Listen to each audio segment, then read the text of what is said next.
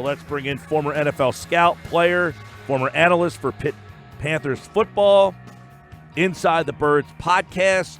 Billy Osborne joins us now on the Boardwalk Honda hotline on, a very interesting play call there on 4th down. You got to come up with your best, Billy.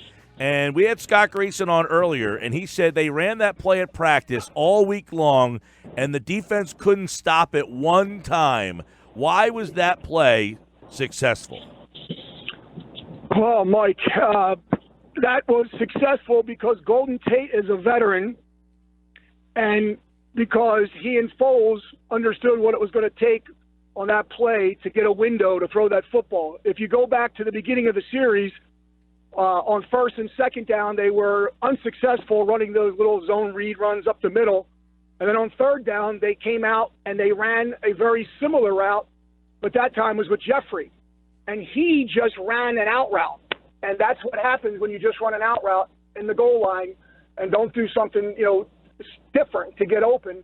Usually when the guy's on your inside and you have to run an out, you're okay. But if it's so close, you're in the goal line, they were ready for it, and they were able to knock it away. So Tate sees it on 4th down. They got blitz coming. It's man-to-man. He's off and inside. Perfect for a fade, but they can't run the fade because they got an outside receiver running a go route sitting right there with the DB. So Tate says to himself, I got to get open. If I just run an out route, this is going to be knocked away, and we're going to go home losers. So what he did was unbelievable. He hesitated as he came off the line of scrimmage. He looked right at the receiver, or on DB, right in his eyes. And he saw that he was starting to peek at the quarterback. And as soon as he started to peek, and as soon as he opened up his hips, instead of continuing on the fade route, he just shut it down and ran that out and gave Foles a window to throw the football. And as we saw, he came down with it, and the Eagles got the touchdown. Unbelievable veteran play. Yeah, now, who gets, I don't want to say who gets more credit on the play, but if you're saying this play was made possible because of, is it the throw of Foles or the route by Tate? Well, I think it's a combination of all. I think that, they called timeout and they realized what was going on. And if you remember, Mike, the Eagles like to run a lot of what you call pick plays or rub routes down there. That's what they almost always run, especially with multiple set receivers in those formations. They've done it, and they've been very successful running those type of routes. So I'm sure the Bears were looking for that. And again, it was man coverage. That's the perfect coverage to get that rub route on. But and they don't run a lot of man, the Bears. No, that's exactly right. But they saw that they were in man. They knew that they were coming with heat, and they just did it on 3rd down. So they said, okay, what are we going to do? So they ran a route, and the Chicago had it covered. I mean, it was great defense by Chicago. But sometimes when you're a veteran receiver, you can't just go out there and get open. You got to do something special.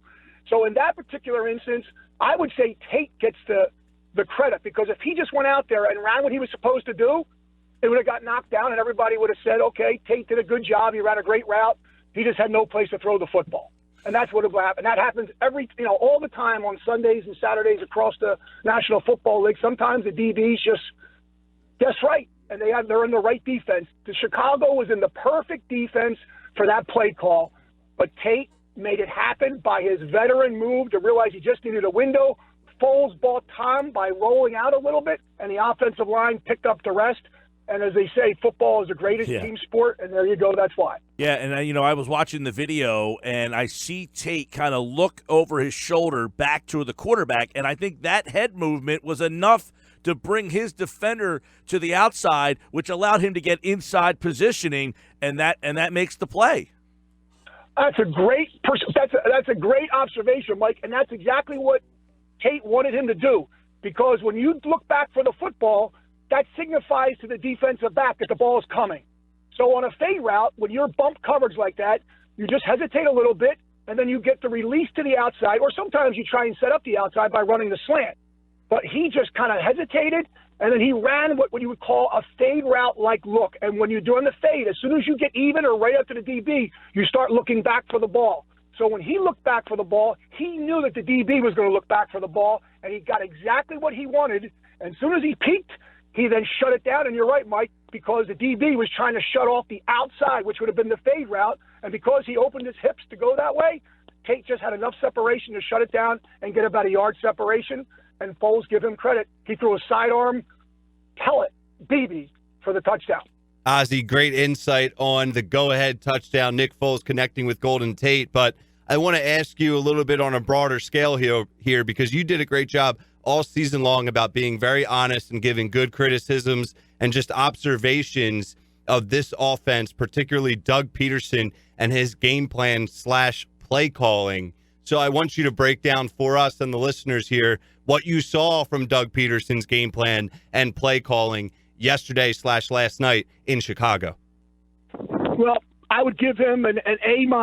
I think he did a tremendous job. And, of course, I say that somewhat tongue-in-cheek, like, who am I to grade Doug Pederson, right? But I like the minus, too. I like the minus. If you're asking me, well, you know why? Because what in the world was he running on first and second down at the goal line when the best defensive player in the National Football League isn't even blocked on first down? And they were just running that zone run read. And, I think it's a great play, but you got to run some type of motion. You got to do something to keep the defense off balance.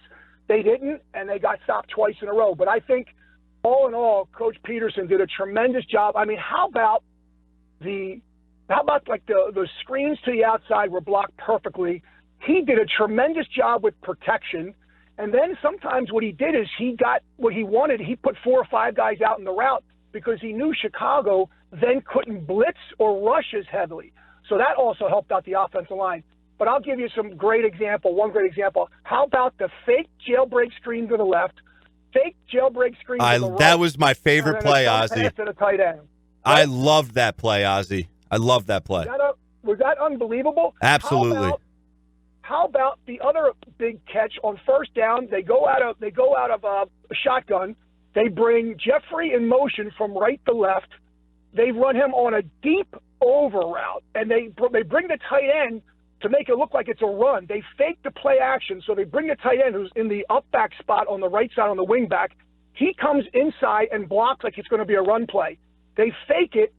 Foles buys a little time, rolls to his right, and he's got Jeffrey on the deep over. And you can see there was nobody within 15 yards of him when he caught that football. Tremendously designed play by Coach. And then, you can even look at some of those run routes that they had. They did a great job up front. And I think that you could see that, to me, the scheme was so good that he was able to actually not have to worry about chipping and keeping tight ends in to block the edge with Mack. Yeah, agree. You brought up Alshon Jeffrey earlier, Ozzie, and Mike brought him up at the beginning of the show. 6 catches, 82 yards, very good game. Not anything that blows you away, but he goes into his old team's house and he plays like Alshon Jeffrey. 6 catches, 82 yards, like I said. 5 of the 6, though, move the chains, Ozzie, for first downs. And that just shows everything that he brings to the table. I just want you to touch on AJ's game last night. Tremendous job. And there were so many things that he did. Even when he didn't get the football, he did a tremendous job. He did a great job when he was out there blocking. He did a great job of running routes. The only thing I would say is that kid on third down, he didn't really run a great route. He just, if you go back and you watch the tape or you watch the thing of the game, he just kind of ran a 5-yard out route. And, he had the DB on the inside, so usually that's good enough. But when you're pressed into the goal line like that, everything is kind of compacted. You got to do a little bit something at the top of your route. Like, you want to see a guy at the top of his route do something special, watch Cooper every time he runs a route for the Cowboys and watch how he gets open. But other than that, let me just say one thing. On what may have been the biggest third down up to that point and in the game, he catches the ball inside the 5-yard line that set up the winning touchdown. But what I wanted people to realize is that he ran a route that was right at the sticks. So he ran about an 8-yard, and they did a great job of widening the linebacker. And then as soon as the linebacker widened, he ducked inside, and Foles hit him. Now, if he just catches the ball and was happy with it, the Eagles are facing 4th and 1 or 4th and 2. But not only does he catch the football, he has the wherewithal to realize that he's a little short, and here comes the defensive back ready to take his head off. And instead of going right where he just went down and got hit, he caught the ball, and at the same time, he spins out of the tackle and falls forward, thus getting the first down for the Eagles and setting up 1st and goal, which then gave him the winning touchdown. But that was all on Jeffrey, and you got to give him a credit. That was a tremendous heads-up play by a veteran at the perfect time of the game. There was a couple of them, Oz. I mean, the Goddard, he broke through 2 tackles on a third down and long. I mean, Tate took a shot earlier in the game down the seam. I mean, there was a lot of, second efforts on third down and longs and long situations that really go unnoticed because there were so many bizarre things that happened in that game yesterday, including the Crevan LeBlanc play where he breaks up. We've been talking about it all day. He breaks up the pass. They call it incomplete. It's kind of a completed pass and a fumble, but no one recovered it. I mean, what a bizarre play. And that really changed the game because that could have allowed Chicago to score a touchdown there. Instead, they have to settle for a late field goal.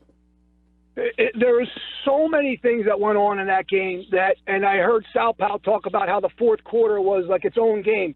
It was true. The third quarter was its own game. And I sent out a tweet that said, the coordinators, what their adjustments are going to be, are really going to come out and could be a potential deciding factor in this ball game, right? Well, I mean, I guess that could be, considered Captain Obvious. However, if you saw it, Chicago comes out and they get like a 6 or 7 or 8 play drive. They pick on Avonte Maddox. So somebody at halftime said, hey, this guy is jumping our routes. We got to start doing the double move. So what do? They do a double move. They set up. They get points coming out of halftime. So they get, a lot of credit. And then the Eagles come back with a 7 or 8 play drive of their own, and they get points. So the coordinators in the third quarter, coming out of halftime, adjusted, did a great job. And the next thing you know, now they're off and running, and then it's set up for what you call an epic fourth quarter. But again, you're right. Early in the game when that ball gets knocked, I'd never seen that happen before. People were saying it was a catch. I found that hard to believe, even though he took a couple steps, because the defensive back's arm was inside and covering up the ball before it got to his chest. So I thought that was kind of a bang-bang play. Could have went either way. But you're right. Ertz had 5 or 6 catches. Goddard made some great catches. The defensive backs played terrific. And how about that offensive line? And, of course, Foles played lights out again. But everybody – and they needed everything because, as we talked about, it came down to a fingertip again.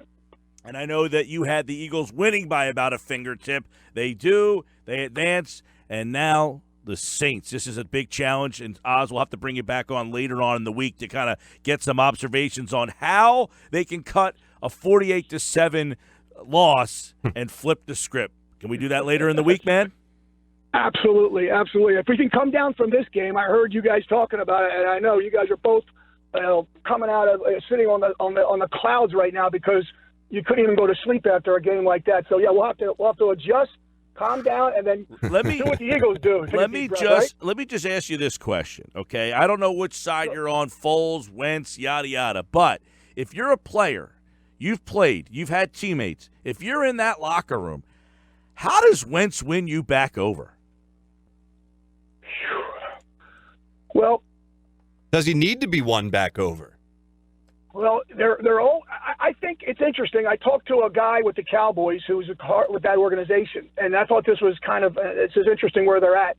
He actually told me that if the Cowboys, if his team had Wentz, they'd be a dynasty for the next 10 years, and he would give up 2 first-round draft picks for Wentz.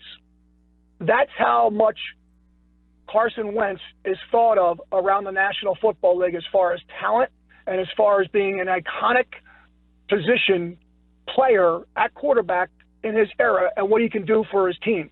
That being said, he obviously is coming off an injury, and he's got a guy in front of him who's the Super Bowl MVP. So there is a little bit of, everybody loves the backup, right? You guys, and we know that. Everybody thinks the backup is great. Well, in this case, he truly is great. And he truly is a Super Bowl winner and an MVP at that. Carson's going to have to just be Carson. He's going to have to just do what he's been doing, which he's a great person. He's a great teammate. And I think some of that winning over will also have to be by Foles. Ironically, when it comes time for that, if Foles is a team player and he accepts it and he doesn't, because a lot of times, Mike, in any type of job, if you have somebody who's kind of like a cancer and kind of like starting rumors and trying to get people against each other, that can be devastating to the organization. And it's no different here in football. And if Foles is in the locker room and he's saying, well, this might be better for the team, and I don't have a problem with it, that'll be a great leadership for him and for the team. So that will also be instrumental. And if it can happen, you might see Foles getting moved just so Carson can take over the reins. Crazy. Unbelievable. Well, and Unbelievable Oz, we'll talk right. to you later on in the week. We'll get more perspective on the Eagles and the Saints. Thanks, pal. You got it, buddy.